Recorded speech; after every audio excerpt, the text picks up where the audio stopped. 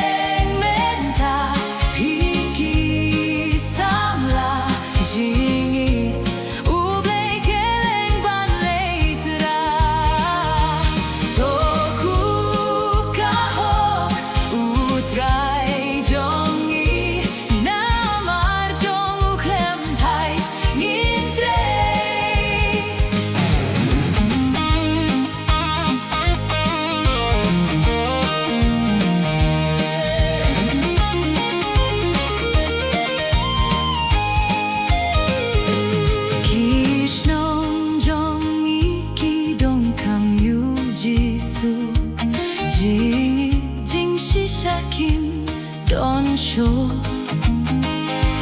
Ki jing sniu babun jait kila nang roy jing shai gospel kadei ban boy to yeng menta piki samla jingit ublay keleng ban leitra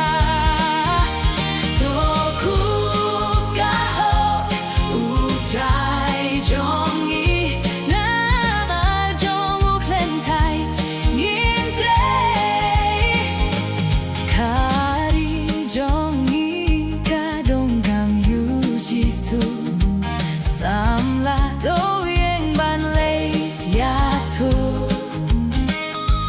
ki men sem lajot ngidei ban yarap katin jingai ban yalap do yeng menta piki samla jingit